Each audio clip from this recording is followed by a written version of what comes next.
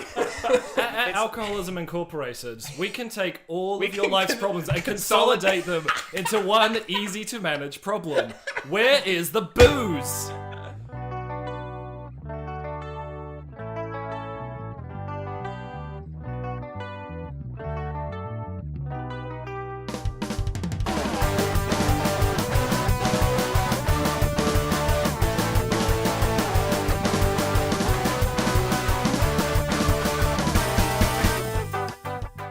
Welcome to the Idiots 3 RPG podcast. Today we are playing Pitch Slap, the game where we pitch our homebrew RPG concepts for points and privilege. I'm AJ, your judge and moderator for the next hour, and with me I have... Jack, with my mouth full of beer. And... Duncan, with a clear speaking voice. Very good, very professional. How the game works is, Jack and Duncan will each pitch their latest concept for an RPG game or mechanic, and I will award them marks out of 10 for design, novelty, funness, and today's bonus category, which is sex appeal. So whoever's idea sounds the sexiest can grab 10 extra points.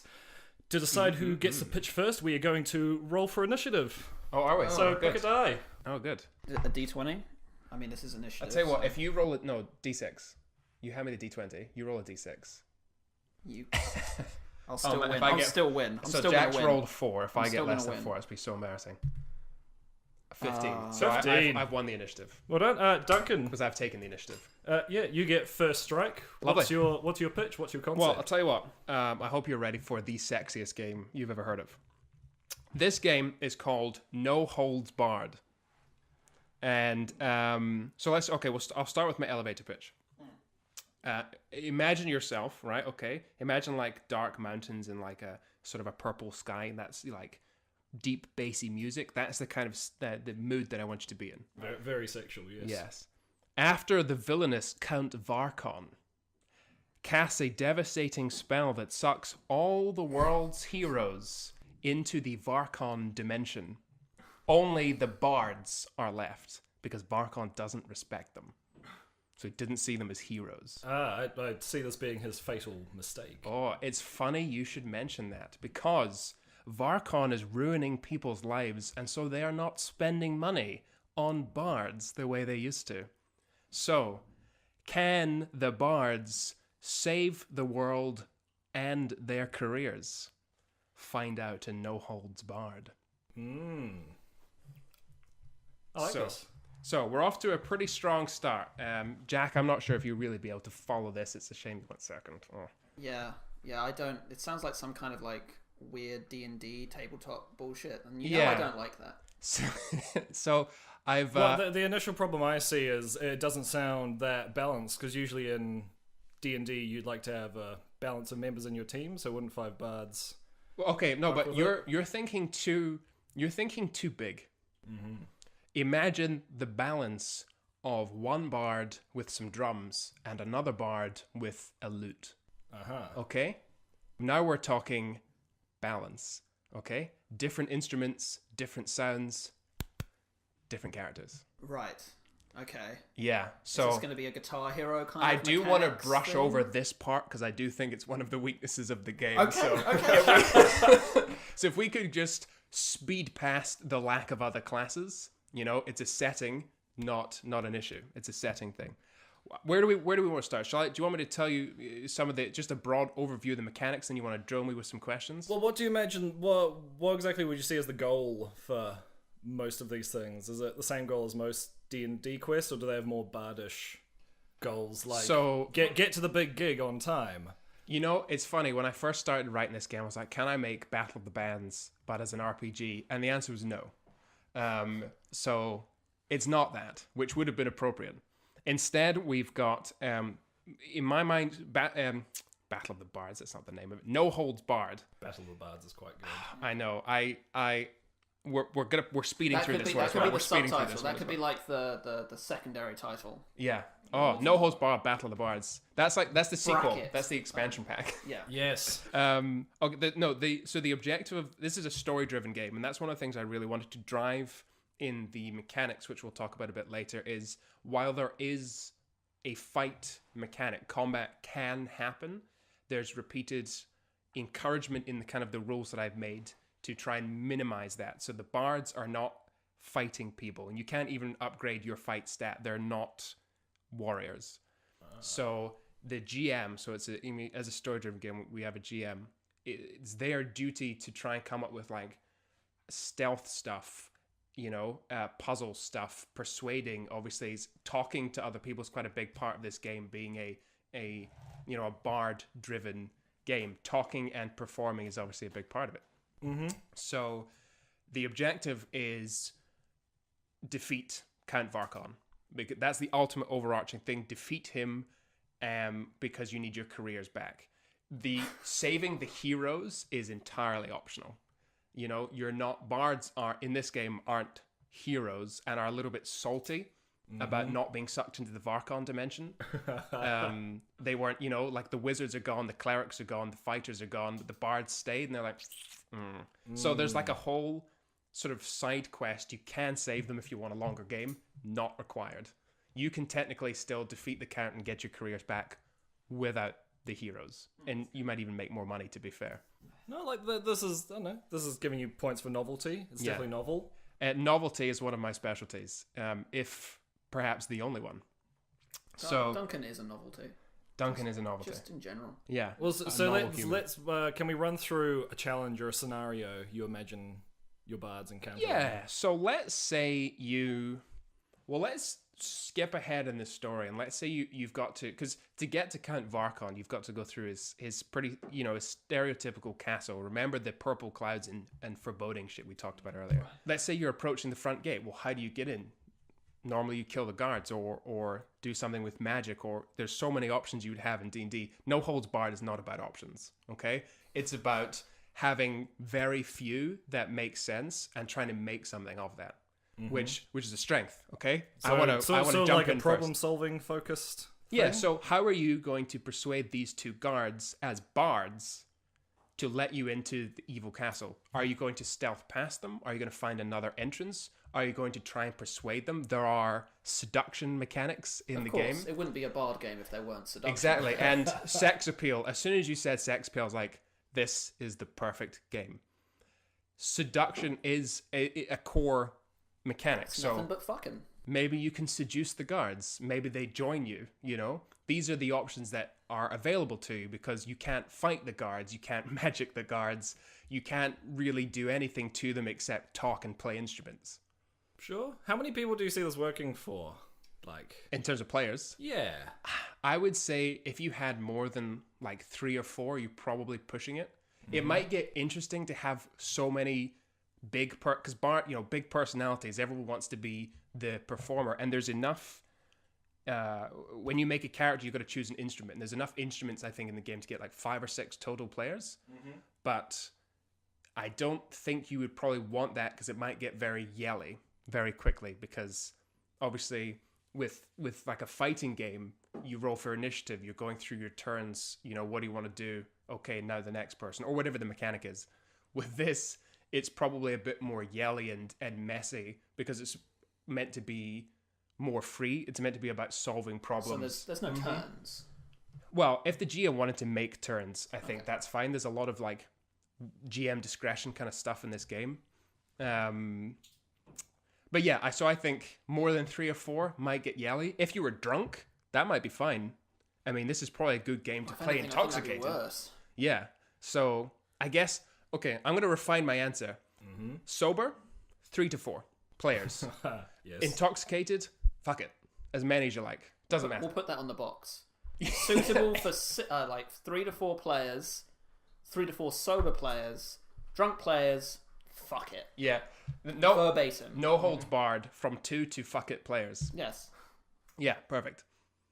So, may not be suitable for all levels of drunkenness. Or sobriety. I think. Not suitable for all levels of sobriety. I've still got the issue of balance and having variety in the players, because all bards are sort of good at seduction, good at distraction, these kind of things. So let's talk about the stats. Let's say you're at a gate, and there's 4 of you, and you're trying to seduce this guy at the gates. Do you all go in at once? Because that might... I've seen that video. It depends on the have guard. you seen A Beautiful Mind? Because this is literally the scene from A Beautiful Mind where he's figuring out game theory.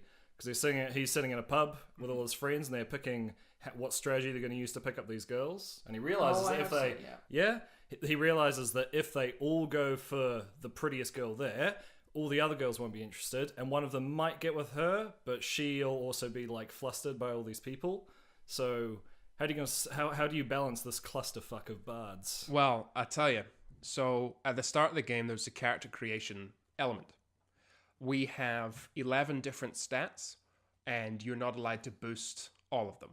So you get given a set number of points you can give. It's not like roll a dice and you get whatever you get. There's a set number of skill points you can put in at once. So I think you're allowed to have one that's 3, a couple that are 2, a couple that are 1, and I think at the bottom some have to be negative. So it sounds like it has a bit of prep work. You can't just jump straight into. There is a bit game. of prep work, yeah, Okay. yeah, especially with the GM, because there's no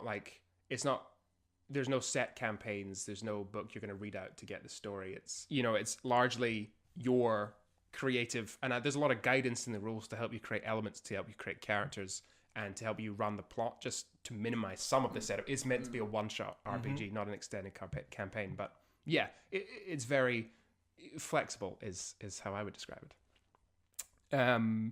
In terms of, but back to the character creation, yeah, you've got 11 stats that kind of cover all the different things you would need as a bard, with the exception of fight. For example. Well, I'll bloody tell you, won't I? Yeah, fucking do it. I will. Tell me, Duncan. I'm going to tell you these friggin' stats. There's 11. One of them is fight, which you cannot give a bonus to. Right. You start and cannot improve fight past 0.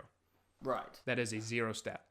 You can grab a sword, and that might give you a little bit better fight, but you're probably always going to be at a fighting disadvantage to NPCs, especially NPCs towards the end of the game where they're getting a bit fighty or a bit more advanced. So we've got one of the key stats, I think, is going to be flee. Flee. So flee covers. He becomes the bassist from Red Hot Chili Peppers. That could be a character archetype. He just has maximum in flee. So flee covers things like retreat. It covers ducking, dodging, backstabbing, anything to do with no longer being in a negative situation. It's probably covered by flee. We've also got stats like good, one of them is called good sense. That's like, I have a bad feeling about this, or I have a good feeling about this kind of perception. Right. We've got your general sort of toughness stats, just to help a little bit with it not being totally paperless. There's sneakiness. There's dazzling people. So seduction is like essentially so dazzle is your ability to persuade, to argue, to discuss, and all that sort of thing. If you do exceptionally well, essentially this game's version of a crit on dazzle, you can seduce someone, and that has both pros and cons. Okay. Pro, you've seduced someone, you've got a lover. Cons, they're probably not child support payments. They're not going to like you seducing more people, because they're going to try to tag along with your party. That was my groupies. Yes. That was my question. That was going to be one of my questions: is why would someone not just dump all of their points into one stat and just use it all the time? I seduced the guard. I seduced the dragon. I seduced the wall. Yeah. So as soon as you've seduced someone, they are madly, like psychotically in love with you. And so they will actually start actively hindering you from doing certain activities. So the Yoko effect. I get it. Yeah. This is well thought out. Yes, this was all planned. So you like, let's say you seduce one of those guards, right? And because that's how you want to get into the castle. Well, now the guard's with you. Now at first you're like, hell yeah, I've got a guard who's going to fight for me. He actually has armor and weapons and skill. These are the things that I don't have as a bard. However, this guard is going to prevent you from seducing more people, because they don't want to share you. They're also going to try to prevent you from doing anything that might cause you harm, because they don't want to see you hurt, which means if you try anything risky or any type of gamble, they're going to step in the way, and not in like a sacrifice themselves for you kind of way, in a holding you back kind of way. They also, they're not going to want to be separated. So if you're like, I'm done with the guard, the puzzle is solved, I no longer acquire them, you can't just get rid of them, because A, they're better at fighting than you, so you can't just be like, I kill the guard. They probably can't do that. And now you're stuck with them. So until you learn to cast Begone Thought. and then you're free. That's a 9th level spell. You've got to get the it's a specialist skill called Climb Out Window. And you've got to dump as many stats into that as possible because you really need that sneakiness. Does that also count as defenestrate? So climb out of window means you can throw people out of windows far more easily. I mean, sure. I mean, points just for the word. It's a fantastic. You actually have flustered me because your word was too much. What was it? Defenestrate. Defenestrate. It's I've never heard that in my life. You never heard of the defenestrations of Prague? Yes. A bunch of people got pissed off at politicians and stormed their houses and threw them out of windows. So is that what it is? Throwing somebody out of windows is called defenestrating. So Fenster is German for a window. Oh, so you're de-windowing someone. Defenestrate, yeah. How fascinating. I've learned something. I didn't anticipate that I would, but I have. We like to learn things here. This is an educational podcast. Yes. That's right. We just fill it with a lot of fluff. One thing I've been contemplating, so you're saying you can seduce someone and then they follow along with you Sure. or whatever. Does that mean you're sort of now in control of 2 characters, or do you just tell them what to do and roll for that? Because it could be confusing if, you're trying to control 2 people at once. No, that's always an NPC. So the GM still has final control over the character, and there's some guidelines in the rule book. I'm doing finger quotes here. The rule book to help you know how much is too much for the seduced NPC, but they are still not controlled by you. Mm-hmm. So that's the thing. It is a good thing to seduce someone, but also not. Right. And you also may not have a choice. You may just accidentally do really well at persuading them, and now they are seduced. So it can be a problem to be too sexy, which might prevent you from dumping all your stats. I often run into that problem in real life. I'm going through shirts like crazy. Yeah, he had to wear 10 shirts to this recording because he just keeps taking them off. Let's give him a little wink and whew, off it comes. Yeah. So that might prevent you. Your earlier question is why not just dump everything into Dazzle? That potentially prevent you from doing that because you might seduce too many people, which is going to be a really, really significant disadvantage. And that they could start fighting over you if they. If you accidentally book 2 of want. them into the same hotel room. First question. Sure. How do you determine success? Dice. It's a D10 based game. D10. So you would basically everything's on D10s. You roll, you add your modifier or subtract if you've got a negative modifier, and the GM will have set you a target. Yeah, based on guidelines. Cool. I like that it's 1 die. I think that always simplifies things. Yeah, so you can. There is also an additional mechanic for non-dazzle related crits, which is called gamble.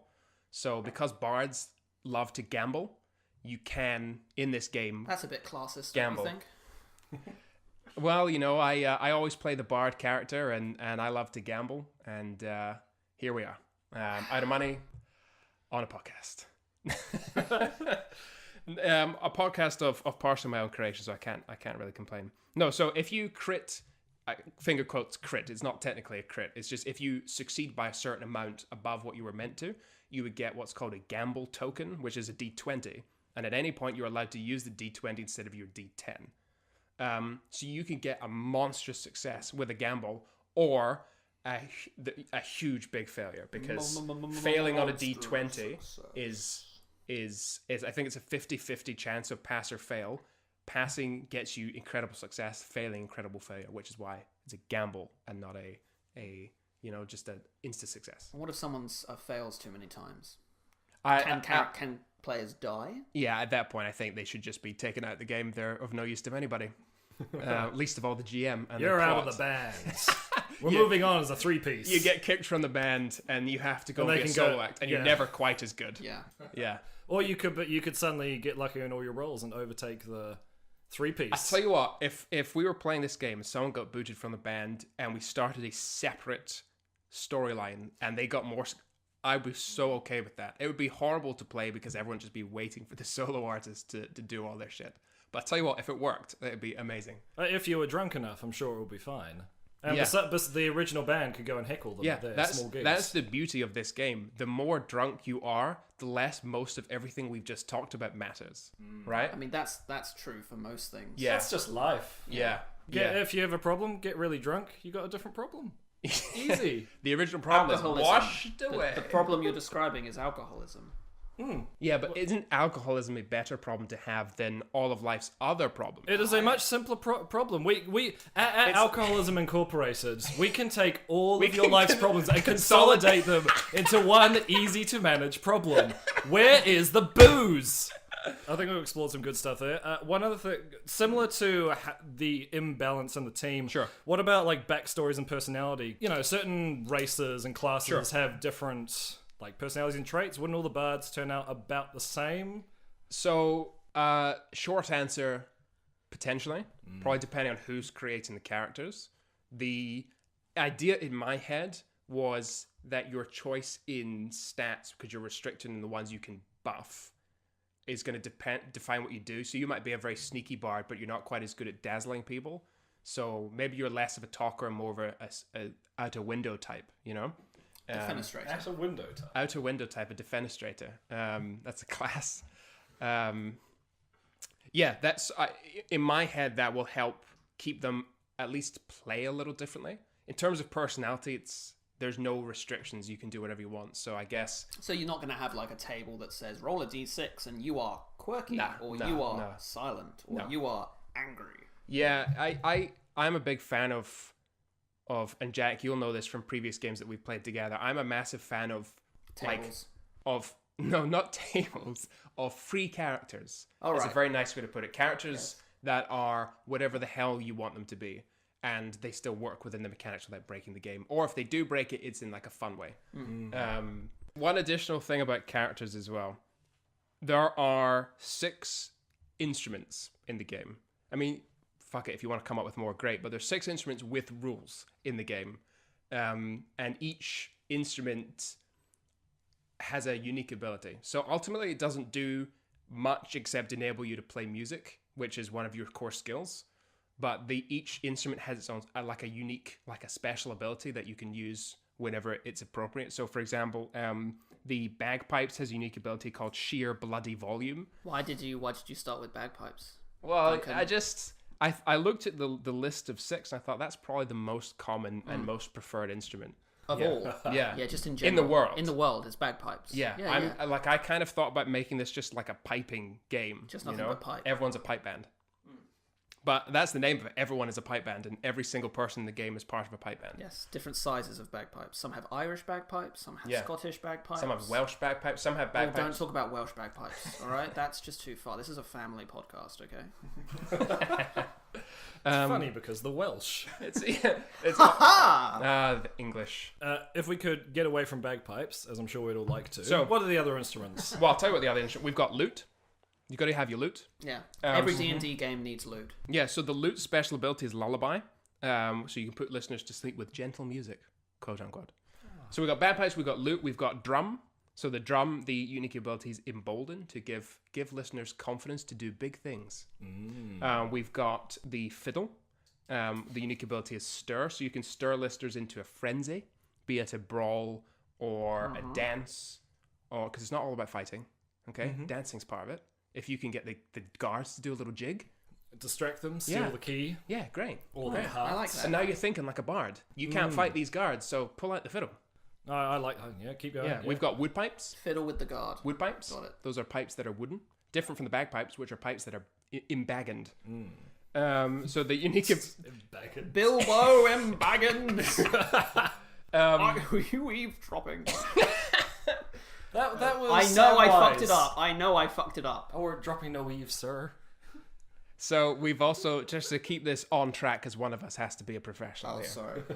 We've got the wood pipes has the unique ability of control animal, so you can befriend and tame animals. So you can be a little piper. What, like furries?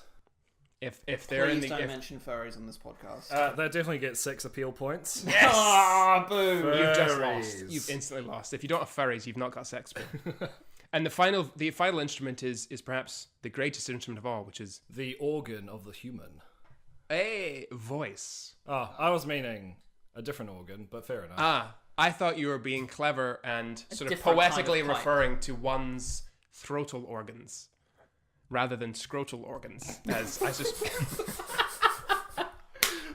That's the best part of the podcast. You'll have to one-up him. But I like Do I get sex appeal Oh, points fucking- for the word scrotal? Scrotal organs. I'll get one up him if he keeps making puns like that. I won't mark you down for scrotal organs. Oh, I like I'll give it. you that. Well, sometimes that's all I can ask for is not to be marked down.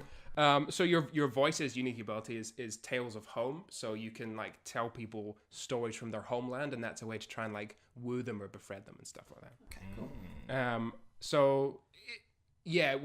All of those instruments have very different play styles, I suppose you could say, different objectives, I suppose is a better way. So that combined with your stats theoretically should create a different bard. They might have a similar personality, that's up to the player. But in terms of play style, so long as their stats are different and so long as their instrument is different, you should have people coming at the problem in a different way. So, well thought out, some might say. Some. A small fraction of the audience. Fraction. Yeah, I think this is a good idea. We've got a strong start here.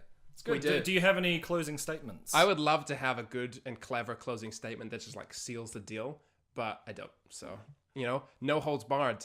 Buy it now off Amazon for Off my brain. $10. One day we're going to be able to do that, is buy things out of people's brains. Yeah. That's a scary future.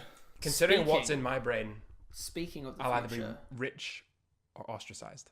what's the next part of this podcast? Is Well, it surely go it's over to me? your- The Am next I part of the doing my podcast pitch? is I pause it and make sure the recording hasn't fucked up yet, and then we'll do you. Okay. Alrighty. Be an alert shopper. Watch for specials at your meat counter. If you're not taking advantage of them, you could be missing out on enjoyable eating and an economical way of stocking your freezer. Always know what cut you're buying and its best use. If you buy meat marked USDA Prime, Choice, or Good, you'll know what quality you're getting. For more information, write How to Buy Meat, Agriculture Radio, Washington, D.C. 20250. And we're back. Whoa, Jack. those were some commercials. Yeah. Wow, I'd buy those products. Absolutely. Jack, your turn. What you got? Okay. Well, as you all know, I'm a big fan of reality television. I think it is didn't know that. the greatest thing to have ever come out of the modern age. It's very true. And one particular TV show that I am a big fan of is The Bachelorette. I like where this That's is the going. worst one. In your opinion, Objectively. you'll be glad to know that this game is not The Bachelorette, but rather is titled The Bachelorfett. And what I have I done, am super into this. what I have Yes. done, is that I have done the thing that AJ hates the most, which I've designed the poster before making the movie, and that I made the Okay. name. All right. Just describe the poster that Okay. you're going to sell this game So, with. after his unfortunate run-in with the Sarlacc pit, Is this literally about Boba Fett? yes, yes, Nice. Boba Fett has managed to make his way out of the Sarlacc pit, because yes, he does, if you've read the extended universe. He is rethinking his life. He's been very successful as a bounty hunter, infamous, some might even say, despite only having 5 lines in the original trilogy. He's decided that it's time to settle down. It's time to hang up his Mandalorian armor and his blaster and start a family. But in his time as a famous bounty hunter, he's gotten a lot of suitors and suitorettes. I don't know if that's a word, but it is now. So how is he to decide between them? Well, obviously, it's time for some kind of competition. It Some sounds kind like- of bounty hunt. Ladies and gentlemen, I would like to introduce you to the Bachelorfett. Nice. From bounty hunter to booty hunter. Yeah, basically. So essentially, the game is that the premise of the game is that Boba Fett from the Star Wars universe. Please don't sue us. We need some kind of, royalty-free Boba Fett. Phobamet. Jet. Bubba Jet. Phobamet. Phobamet. Phobamet. Yes. Phobamet. Phobamet Like it. is he is taking the place of the Bachelor in this example. So he's looking for a wife or a husband, because they don't actually really extrapolate on his sexuality, unsurprisingly, in the movies. So The who greatest bounty of all is all Love. bounties. knows? Oh, Why just restrict himself to one? exactly. Why choose between gold and diamond? Have both. Yeah, exactly. They're wonderful together. Where was I going? I forgot. don't know. I'm so sorry. Yes. And the players, in this case, take up parts of various bounty hunters who are hoping to win his favor and secure the... Oh, is this competitive? It's not co-op. It is both. So, you have piqued my interest. The way this works is that if anyone has played Magnet Hands, for example, or Jason Statham's Big Adventure, or whatever it's called.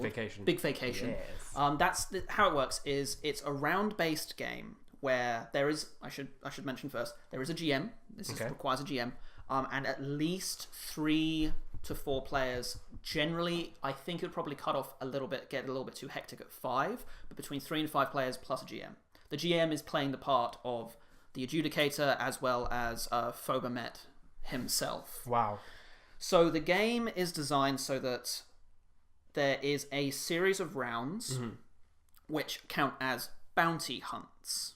And along these bounty hunts, it's implied that the various bounty hunters, the contestants, along with Phobamet himself, are going to try and claim a big target bounty. Whoever has the most bounties at the end of the game is the winner. And gets to marry Phobamet. Right. Or so whatever the future equivalent of marriage is. So Phobamet is shallow. Not necessarily. Just wants whoever's got the biggest bounties. That's what he respects. Okay. He sees it as those are points. Yeah. Those are like, this is the person that I want, someone who I can respect within my profession. Sure. And I can only respect them if they can outdo or at least match my own prowess. Okay. That's the feel I got from Phobamet anyway during Mars Wars. Mars Wars, outer space battles, Starfights. Space fights. And so in a way that is kind of similar to No Holds Barred. Oh, rip off. Similar. But rather than character creation and all that stuff, so there are cards. Right. Cards for everything, and a dice. Okay.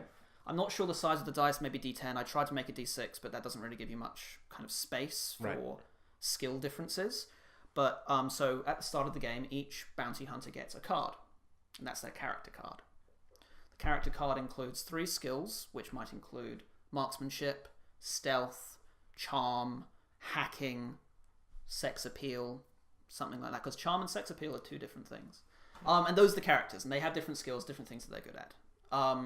The rounds, the bounty hunts themselves, are drawn randomly from a similar deck of obstacles. They're all predetermined. Yes, they're all predetermined so that you can just jump straight into it. You do need a specialized deck, but they are simple enough that you can actually write your own. If you just suddenly decide, hey, I don't want to play this character, I want to play this character instead, the GM can just make one up really quick. Okay. That's no problem. And as the rounds go through, the obstacles are drawn, probably a number of obstacles equal to the number of players, and those obstacles can be defeated in a variety of ways using the skills set out on that card. So, for example, one obstacle might be guards at the gate. This sounds familiar. Yes, guards at the gate. I feel like I shouldn't have gone first because I fed your game. I fed guards your game. At the gate. So one bounty hunter might decide, you know what, I'm going to use my charm ability, and they roll a dice. And if they score lower than their charm score, so the higher your charm score, the more chance of success you have. Okay. The actual difficulty of it is determined by the GM. Yeah. So if they roll underneath their charm, they might have a charm 7, and they roll a D10 and get 6. They succeed. So you have the same target every time if you're charming someone? Does that target change depending on the in-charmability of the guards? No, it's the same obstacles. The obstacles are the same, regardless. Right. So if you get guards at the gate and you decide to charm them, your character has a 7 in charm. Yeah. Whether you were trying to charm a guard or a brick, whatever. Right, so it's the same level of difficulty. It's the same level of difficulty. So how's this work with multiple players? Does everyone have to try and charm the guard? Do they have the same scenario? Or how's this run? In a similar way to Dr. Magnet Hands, where characters can just call out, I want to do this thing. They can say, cool, I want to try and charm the guard. If they fail, at any point, they lose a point of vitality, which they have 3 at the start of the game. So there is a risk to trying to do everything all at once. So that's where it's collaborative, is you trying to get through the obstacles to the target. Right. So there are no turns, there's no initiative or anything like that. You just call out, I want to shoot the guard, so you use, okay, roll your marksmanship. I want to charm the guard, you roll your charm. I want to distract the guard, okay, use your performance. Okay. But how's the game actually run? So say you've got, I don't know, 3 players who are contestants for, well, where we go? The Bachelorfett. The Bachelorfett. The Bachelorfett. You got 3 people. Do they all just kind of run in at once and get stuck in the door like the Stooges, or do you take turns in running the same scenario? Oh, they're all in the same scenario. All at the same time. Everyone is in the same scenario. So you are working together. So you're working together to defeat the same scenario, but at the same time you want to achieve more points than your counterparts. And the points are achieved at the end. Okay. With the bounty target, who will have a certain amount of points associated with them. Right. So, for example, scenario 1, the very start of the scenario, there are 3 players. Each of them have their own card that defines who they are as a bounty hunter. One of them is a Twi'lek who's very good at shooting. It defines who I am. Yeah, another one who is a human who's very good at close combat fighting. Another one's a robot who is very good at seducing people. Droid, can we use... Droid, sure. Android, droid, robot, mechanical being, roboid, artificial creature, whatever you want. Whatever's the PC term. Okay, Jack, one question. Can I be a bard? Sure, why not? Like I said, you can design whatever character you want. Sold. You can be one of the... I don't know what they're called. The weird aliens from the Cantina band. Oh, I want to be the blue elephant. Yes. I want to be the sexy one from the remastering George Lucas did. Oh, the one with the big lips. The one with the weird proboscis lips thing? You know she can suck. I bet. You know it. Anyway. Or can she? Because it's a long pipe. So, yeah. Because you lose suction the longer the tube is. That's how pumps work, But if you have a right? powerful motor... Yes. So the question... Okay, I think we need to stop talking about the game and really focus on the issues here. Is can this woman... Drawing a line under it. Okay, I'm sorry. So the characters have 3. Each of them have their player characters. Okay. Which that might have some personality traits, whatever. I haven't really thought about So that are far. the player characters predefined as well? Yes, they are. Right, you just pick a character. You just pick a character. Great. Or you just get randomly drawn a character, Cool. however you want. Okay. And then at that point, the round begins and the GM throws down 1, 2, 3 obstacles face down and a bounty target, which is face up. Okay. Face up, there might be, we need you to go and kill Bubba the Hutt, who is worth 1,000 points. Or it might be other Star Wars Darth Paul. Darth Paul, who's worth 2,000 points. Yeah, I should think so. So because there's 2 halves. So the players from the very beginning know what the actual value of this bounty hunter is. Of this bounty is the value of the bounty. They know what it is. Yep. But they have to work together to get there. Okay. Right. So it's within the player character's best interest at each obstacle, which is also predefined. So it might be guards at the gate, it might be guard dogs, it might be a droid attack, it might be a starfighter bombing or something like that. Each of them, all of those, how they decide to defeat that obstacle is creative. Okay. To a certain extent. The GM decides whether it's going to be feasible. Like, you can't seduce your way out of a starship bombing you. That's dumb. And the GM will just say, that's dumb. That depends. That can't work. On your dance moves. Sure. If you can come up with a creative solution to use that skill, and the GM just allows says, it. Yeah, sure. Okay. Then yeah, sure. If you're a very sexy droid and you want to interface with the other ship. Yeah, sure. Why Yeah, not? based on the length of your lips. Yes. Allows you to either pass or fail. The suck is a skill. By the way, I've consulted the ancient texts. That singer is called Cy Snootles. Of course it is. Of course it is. I genuinely googled sexy singer from Jabba Palace, and it came up straight away. In fact, you're lucky that's all that came up. Yeah, so that's... And as each obstacle is defeated, so, okay, cool, right. Sign up. Guards at the gate. Cool. How are you going to defeat them? I'm going to use charm. They're charmed. Bugger off. Next obstacle. Cool. Bombing. I'm going to use my stealth to get everyone through. And if you, as I said, if you fail at a skill, you lose vitality. The person who chooses to use the skill loses vitality. Right. So you are encouraged to use skills that you are good at, or rely on the skills of other people when they're good at it. Right. Basically. Once you reach the bounty target, It's there'll be some kind of like HP thing, so it's not just like I use this skill and it defeats him and whatever. Maybe they'll have 3 vitality, and it's the person who manages to get the last hit on the target who gets the points. Is there a consequence for everyone going, oh no, you first. Oh no, you first. You first. Because obviously you're going to want to be the you want to win Phobamet's heart and everything else that comes with it. I suspect, I haven't thought about it that far, but I suspect it'll be a case of you will start to take vitality damage. Right. So if people are standing at the gate and nobody does anything, the guards will just start coming over to you, talking to you, and then eventually start firing at you. So the GM, is up to the GM to put pressure on the players to act. Yes. Okay. So it's co-op until the last. Until the last moment. one. Yes. Interesting. Yeah. And once they have a certain number of rounds have been completed, one thing I should mention: after a round is completed, there is an elimination round. Oh, damn. Much like the Bachelorette. Somebody's going where home. someone goes home, someone gets voted off. Oh no! Always the most compelling part of the show. And the person who gets voted off is it's not the Bachelorfett who decides to do that, because that's like too much pressure on the GM, basically. Yes. It's the person who the other players vote off, which is why. Oh, so this is Survivor rules. Sort of, yeah. It is exactly. This is why it works better with more players, because if you have 3 players and everyone votes for each other, then it's kind of bullshit. Yeah. Also, if you have a limited vitality, you really want more players to be acting because you'll risk getting killed. Does your vitality come back between rounds, by the way? No. So you've got your 3. You got X amount of vitality, which will probably be an amount of a vitality equal to the number of players. Sure. Because the number of rounds is equal to the number of players, and that gets technical, and we need to like balance it. Which is one of the weaknesses, is that it does require a lot of like tweaking and balance, and if you're trying to create your own characters, they can be overpowered and stuff like that. How long do you see the game or quest going for? Like Not reaching too the bounty long. at the end, how long would it take to go through the challenges to reach the bounty? I would say for each round that like it really depends on the number of players. The more players you have, the more obstacles you have, and also the more discussion that's more going to take discussion there is. place. It will take longer. If you play with maybe 4 or 5 players, I can only see them taking each round maybe 30 to 45 minutes. Well, at the most. if it plays like Dr. Magnet Hands, and it sounds like it's a pretty similar sort of round-based system.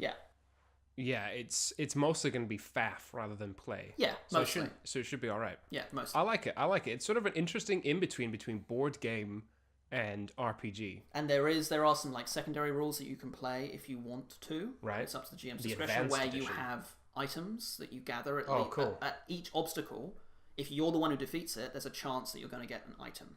Right. So that gives you more reason to be the person who takes the risk. Right. So maybe you shoot someone, you find a better blaster. A laser saber. Better blaster on it, and then you get a +1 to your marksmanship. Fucking awesome. Yeah, that's good. At the end of the game, there will only be 2 players left. Because with the 3 players, if it's just like a dead draw, the GM can make the final. It's whoever actually, when it gets to the dead draw, let's say it's a person who has the most points at that point who gets to make the final decision. Right. And can like swap stuff. So the other players, the other players are just sitting at the wayside. Is there anything for them to do? That's the thing. That's what I wanted to avoid. Where when people are eliminated, they can come back once as a final bounty target. Right. As the final boss of each round. So let's say in the first round somebody gets knocked out. In the second round they might say, "Do you know what? Fuck these guys. I'm going to come back as the final boss round, and I'm going to use my skills, and if they manage to eliminate another player, they get to take their place." So how does player versus player stuff work then? Walk us through PvP. It's the vitality thing where, okay, cool, I shoot Duncan. Roll my marksmanship. Rude. I have a 7 in marksmanship, I rolled a 6. Cool, you lose 1 vitality. Can't you just kill all your opponents within the first 5 minutes of the game, and then you're by default the winner? It's only PvP at the end of the round. But why? Why can't I do that? Because that's the rules. Right. Fair enough. So, I mean, that's a pretty good reason. You just can't. Okay. I shoot him. No, you don't. Yeah, if only this was a game that only existed in our minds and we could do anything we wanted. If only. I mean, yeah, sure. If you wanted to introduce like PvP stuff, you would have to produce a limit on it, because otherwise it would just become Battle Royale, and God knows there's already too many of those in the world. Speaking of which, just to pimp our next product, the Idiots 3 RPG Battle Royale, they're coming soon. We take a Monopoly board and we just throw houses at each other. Nice. You see that there's a Fortnite. You know what? It's not going to be relevant when this episode releases. We don't have to talk about the Fortnite Monopoly. And so at the end, will be 2 players remaining, and then it's just a pure PvP round. Whomever wins. Oh, okay. If you've got a certain number of points, you'll probably be able to buy items. So you get like 10,000 bounty points. You can buy some extra items. Or you get some extra vitality or something like that. I'm not sure exactly. You have to have an advantage. This is an improvement on the regular Bachelorette, a fight to the death. Yes, I would watch that. Yeah. To be fair, yeah, if it was a choice between Bachelorette and Bachelorette, look, it's tough. I'm not gonna lie. I mean, Bachelorette does get, it gets good. Get sassy. Yeah. I mean, there are fights, but Bachelor, I like the idea of a battle to the death. I want to see. Hold on. Bachelorette Royale. Yes, I would watch it. See, yeah, I don't want to see someone lose. I want to see someone, crushed. I want to put pressure on one of your mechanics. Yes. As a self-serving thing, and also to learn more about it. Yes. I'm concerned. So the dice, the stats. Yes. Your stat is the same every time, which means the difficulty is the same every time. So theoretically, in the final player versus player match, will the person with the highest shoot not just automatically win? Well, it's not necessarily just shooting other people. Right. Actually, that's a really good point. Yeah, during the PvP, we would have to have shut up, Duncan. You would have to have a turn. You would have to have initiative of some description. You have to take it turn by turn. Maybe whoever has the most points goes first. Or maybe I shouldn't try to improve your game because I want to win. Yes. I want to win the coveted title of having won this episode. Yes. Maybe the dice have to be partially abandoned. You just have to tell the GM how you would defeat the other player, and then the other player tells it. Maybe there's a secret thing, and they would defeat the other player. I don't know. Maybe there's something comes like strategic. It might just evolve into an argument about then I jump up onto that's the what you do. Spire, and then I jump up on the spire, but plus one. Where my jetpack can go 15 meters higher than yours. Yeah, that kind of stuff. That starts getting a little too technical. Yes. Almost too free flowing. Or maybe it should just be whomever at the... There should be something at the end of the game, because there should be points, there should be bounty values, and it shouldn't just be, okay, cool, you've got 11,000 points, and this person has 9,000 points, so the 11,000 points win. As this is both like a podcast of champions, of people competing, and also of developing games. Yes. Suggestion. What if this is an opportunity to bring the other players back in some capacity? Yes. Because everybody, like, you're watching your reality TV, everybody loves seeing the losers come back to like shit all over the winners in some capacity. That is something that happens in The Bachelorette. I didn't know that, but I'm glad. I did my research. It's as if I've watched the show.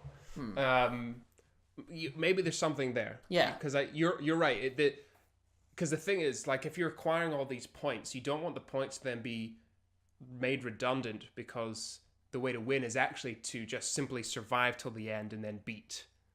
Because that's just Fortnite, really, isn't it? Because theoretically, the way the game is at the moment, which I love the idea, by the way. This is very interesting, and I like that you're trying to avoid dice and stuff, and like your sort of D&D clone. Yeah. Who wants a D&D clone? Am I right?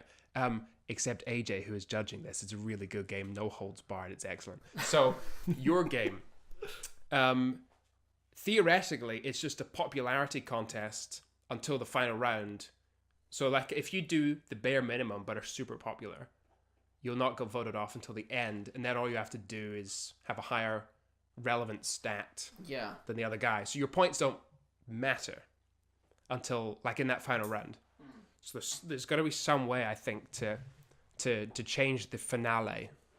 It could just be I have a habit, and I did this like multiple times when trying to think up games for this. Was I was making it more complicated than it needed to be. So here's an additional idea. I have nothing but opinions in my life. I'm nothing if not opinionated. What if the final round was not a fight between the players, but actually a final round, which is take Boba on a date? Interesting. Okay. Yes. Right. And then it's you still have the obstacles It's like a special final round obstacles, which is like, I don't know, maybe it's raining. Mm-hmm. Okay. Yes, I actually really like this. It's raining. Yes, I'm liking this. Okay, and then maybe an additional obstacle is, I don't know, you couldn't get tickets. The movie's sold out. Okay. Restaurants closed. Yeah. Rude waiter. Boba Mett's favorite dish is sold out. Yeah. And he's on a date with 2 people, and it's actually, you've got to give him, I mean, we're starting to veer from Magnet Hands to Jason Statham's Great Vacation or whatever, which is I think quite an interesting way to do the final round. Is like, you're going to give them the perfect date, but there's 2 people there competing to be the perfect, and I think, partner. I think with the GM basically fulfilling the role of Phoba Met, then maybe it could just be simply a case of, the GM decides who wins at the end. You could easily drop hints in the previous challenges about what Boba Fett is looking for really in a partner. For that could even be information. That could be a pickup from a drop. Yeah. That could be like, okay, you defeated this challenge, and then the GM quietly says you win this, and sometimes it's a piece of information like, he likes hot dogs. Oh my god, you learn about him throughout the show. Yeah, That's perfect. Now we're getting and that's going to help so it pays to be more active and risk your vitality, because you want to learn more about Boba Fett, because it will help you in the final round. I had another idea. It was such an idea that I held my face and threw my beanie on the ground. He did do that. I did. It's not visual, but it still occurred. The other players, what if they set the obstacles for the final date? The ones who have been eliminated. Yes, to bring them back into the game and to shit all over the winner's chances. Yeah, and they say, well, I don't think that...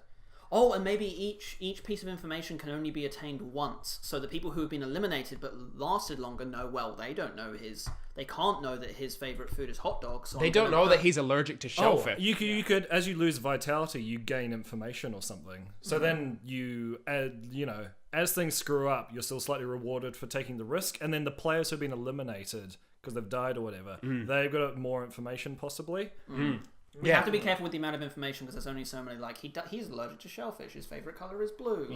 Stuff like that. But, like, if you knew as a player from, like, the first round that Boba Fett is allergic to shellfish, maybe you would then try to inject some kind of shellfish-based obstacle into the final round that the other players are going to have to deal with. Yeah, I reckon there's definitely, like, the technicalities, like, are to be worked out, but that idea is beautiful. I mean, do I get you points, don't even need the points for his game? You don't even need the points for the bounty hunt. You don't even need the bounty points, because the bounty points then don't really matter. It's just whomever survives until the end. So maybe instead of points, maybe what you're trying to acquire is information. Yeah. About Boba Fett, which the bounty target, only the bounty target knows. Yeah, maybe it's like friends of Boba Fett throughout his life. And if you can defeat them, they'll tell you a secret. Yeah. Yeah, I like the idea of collecting information. It brings it back to the theme a bit more, which is, it's not about hunting bounties and shooting people. It's about romancing Boba Fett, which is the real key thing, because he doesn't want just a warrior. He wants a warrior and a lover. Yes. And scene. I think we've got somewhere there. I've got nothing else to add. No. Do you have any closing statements? I don't sue us. With credit to AJ and Duncan on this game, you should get points as well. Oh yes. You're in the running. And sometimes making the poster before the movie works out. Sometimes all you need is a great idea, and nothing else. No substance, and other people will help you. It's like school all over again. Sometimes you don't need to do your homework. You just need to know someone that did. That's my closing statement. It's good. Yeah, for his game. It's not what you know, it's who you know, kids. Exactly. Also, sex appeal, the reason that I actually had another game that was, what was it? Come Crime With Me. That's... So good. I saw that one. I decided not to do it because there wasn't enough sex appeal. And the reason I went to Bachelorfett is because he's the sexiest. He's a sexy man. Yeah. And I want to fuck him. It's like, what does he look like? You don't know, and that's why he's sexy. Unless you've watched he looks like a small Maori child. Oh yeah, of course, because he's a clone, isn't he? Yeah. He doesn't look like a small... Don't make this into a pedo thing. He doesn't look like a small... No, he looks like Temuera The only Morrison. time we've seen his face is then. Well, no, but you could assume he's a that clone, he man. he grew up into Temuera Morrison. Yeah. He's the only clone who didn't have accelerated growth and stuff. He could, he'd, I don't know, get really fat, have different hormones and puberty. He goes through some Don't ruin my fantasies, Goes through some shit. Anyway. I think we can sum up there. I think I've heard enough to... Let's neatly tie that in a little bow and put it to one side and progress to... Dishing out some points. Yeah, whatever comes next. We'll start with Duncan, because we started with Duncan. Great. Fun. I gave you 8 out of 10, because I'm a musician and a whole bunch of bards sounds great. It sounds like, It's a good time. Everybody loves musicians. Yeah. And everyone wants to be a musician, whether they are talented or not. It sounds exactly like my bag of pipes. Sounds excellent. So yeah, 8 out of 10. Sounds fun. Yes! And I like the, drunkenness was encouraged. I think that's always important. Mm-hmm. A game that gets better the more drunk you get. Yep. Important to work into the design. Speaking of design, I went 7 out of 10. Oh, it's not bad.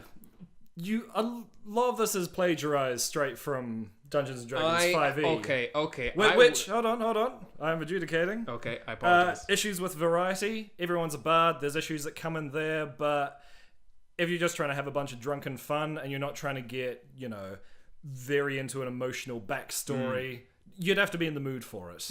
Which is fair. That's fair enough. I can see that's built into the game. I agree. One thing I thought was a negative was it was taking away from Dungeons and Dragons. It wasn't additive, so you're sort of limiting it. You've literally thrown everything else into another dimension. And you're saying no, we're going straight down to this, which could work very well. But I don't know. I didn't quite feel that something extra was being added. I just felt you were locked a bunch of bards in a room. Look, you could call it a ripoff, or you could call it nuanced satire. You can call it that if you want, but it's not what I've got written here. Damn. Novelty, I'm going to give you 6 out of 10. I don't know. Novelish, bunch of bards. I think this is already a podcast, which is people go through D&D quests and they're only bards. Interesting. And they have actual instruments at the table. So What? I've heard of it before. Okay. So unfortunately, you don't get full points for novelty. Oh no. But and it played quite the same way. Still had dice. It was still the same sort of play as we've all seen in D&D. But bards though. But bards. But though. Seduction. Butt bards. But bards. Those are the worst. That could be. That's that instrument. It's the magical flute. That's the human organ. Yes, that's the aforementioned human organ. Sex appeal. 8 out of 10. Pretty good. That's a sexy game. That was nice. That's It a was sexy sexy, but it wasn't obscenely sexy. Right. Other notes of sex appeal. Groupies. I like that was included. Yes. I think that was very smart. It was a great way to increase the sex appeal of the game. Groupies is what I was intending. Yeah, and playing with emotions I think is interesting. Yeah. I don't think you get that as much in typical D&D quests that you seduce someone. You're disconnected from the NPCs a little bit. Yeah, I think it's good that you have to, form emotional bonds or destroy emotional bonds. I think you can get some good drama out of that. I like it. And furries. Good job. Always. Just, bonus point. If there's not furries in a game that I've made, I'm dead. More like boner points. 29 out of 40. So, yeah. Oh, I mean, that's... Actually, no, that's not so bad, That's a actually. 74. Yeah, it's not bad, actually. It's not bad. When you said 20, I was like, shit. But actually, 29. Yeah, I can take that. 29. Originally it was 30, but I don't know. But I've lost a point, apparently. Didn't have enough novelty. That's all. You could have made, I don't know, some You know, more mechanics I accept. there. I Said accept. everyone has to bring a harmonica or a ukulele. Some bullshit. Right, Jack. Fun. 6 out of 10. I'm marking you down a bit. I don't quite get the game. I like the work we did at the end with collecting information. I like that was the goal. But you didn't quite bring that to the table. I think that it progressed there with a brainstorm. Yep. So we've definitely got something here, though. I didn't quite get the flow and the problem solving of it. I think it'd be difficult to balance the co-op versus the competitive part. It's certainly. I think it would take more play testing for the Bachelorfett than for. Oh yeah, No Holds Barred is essentially done now. The rest is just wing it on the spot and get drunk. Design. What did I go for design? I went for 6 as well. I don't know. It again just didn't quite seem fully thought through. Good concept, but just needs work. Yeah, I thought it was. I'm gonna have that written on my death certificate. Good concept, needs work. That's on your tombstone. Yeah. Is great concept, needed work. Yeah. Yep. Novelty. I gave you 7 out of 10. I thought it was interesting. I think the cards, having fewer dice, the scenarios of what you're working towards and how it ends and things. Yeah. I sort of you basically stole a point from Duncan on novelty. I switched those at some point. Son of a bitch. I could have had. I could have had 30. Duncan. Yeah. It was definitely more novel. Ideas, time, affection. Sex appeal. 4 out of 10. Oh. You don't want to fuck Boba. That's only the end of the game. Yeah. If I only care about the end. If every single challenge all was that matters is seducing that you finish. Met, The final finish is the only thing that matters. AJ. Jack is humping the air. Yes. you're lucky this is only audio. Yes. Yeah, 4 out of 10. Not enough sex appeal. Boba Fett is sexy. He's the strong, silent type, but I don't know. There wasn't enough in the game. Just not enough. Depends on who you play with. What'd you get? 22 out of 10. I think I'll add it up again. 22 later. out of 10. I'll take that. Thanks. 22 out of 10. 40. My handwriting's awful. I'll tell you I what. forgot. It was a good effort. You got more than 50%. C's get degrees, man. Yeah. And I tell you what, I mean, while it is important that I just won, I think it's also important that we actually, the game you brought to the table has been improved by the discussion and actually sounds super cool. Like, I want to play that game, and that's very important. It does sound good. He shouldn't get points for that. So The points are locked in. yeah, great. I just want to make sure that's okay. I don't want to suddenly lose. But your 29 is safe. You're taking that home. I'm gonna Excellent. give myself Let's go to my CV. 20 points. That's good. I want to nurture it and see it grow. Yeah. I do. What was that about lacking sex appeal? Oh dear.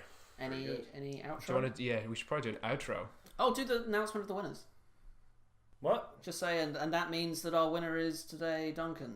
I'm sure 29 listeners out can of 40. maths. No, dude, summary's good. And the winner is Duncan. You win nothing. You get nothing. Good day, sir! I mean, nothing's all I've ever wanted, to be just left alone. So, thank you. From the bottom of my heart. And the heart of my bottom. Thank you.